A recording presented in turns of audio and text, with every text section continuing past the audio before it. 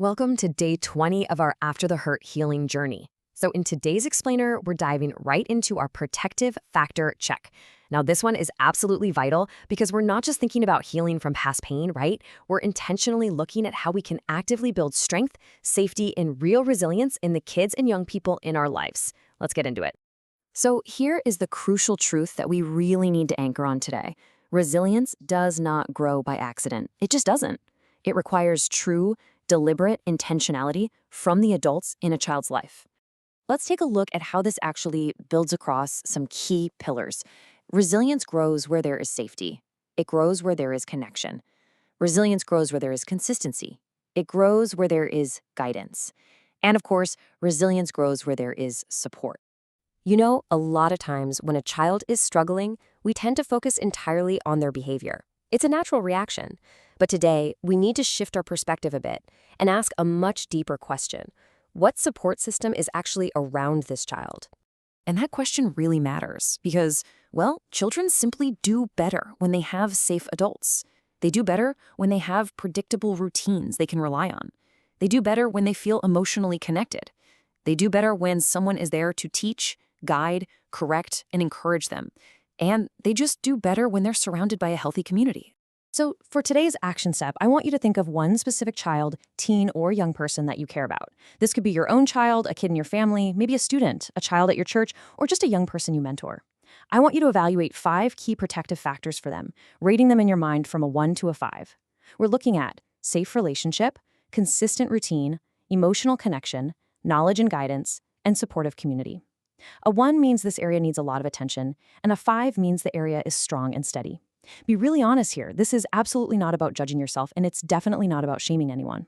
It's literally just to help us see what can be strengthened. So what does this actually look like in everyday life? Well, maybe the child has plenty of love, but just not enough routine. Or maybe they have structure, but they desperately need more emotional connection. Maybe the child has family, but they need a more positive community outside of that. Maybe they have a lot of people around them, but don't have that one single adult they truly feel safe with. Or maybe, the child is super intelligent but just needs more guidance, wisdom, and patient teaching. Once you've rated these areas, your next task is actually pretty simple. Just choose one area to strengthen. Yep, just one.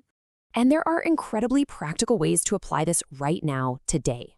Maybe you're going to create a better bedtime routine. Or maybe you'll spend just 10 minutes listening to them without correcting them. Maybe you'll speak more words of affirmation. You could connect the child with a mentor, a church group, or a positive community. Or maybe it's just about becoming more consistent with your own promises. Maybe you'll create more emotional safety simply by lowering your tone and just being more present.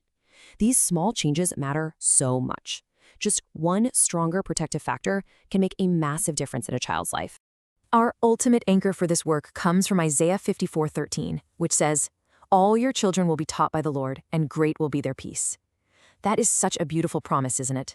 It reminds us that God deeply cares about the peace of children. He cares about their hearts, their future, their stability, their wisdom, and their growth.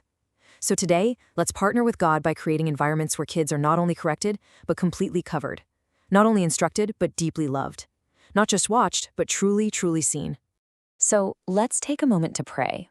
Lord, show me how to strengthen resilience in the children around me. Give me the wisdom to notice what's missing, the courage to improve what needs attention, and the grace to become a safe and steady presence.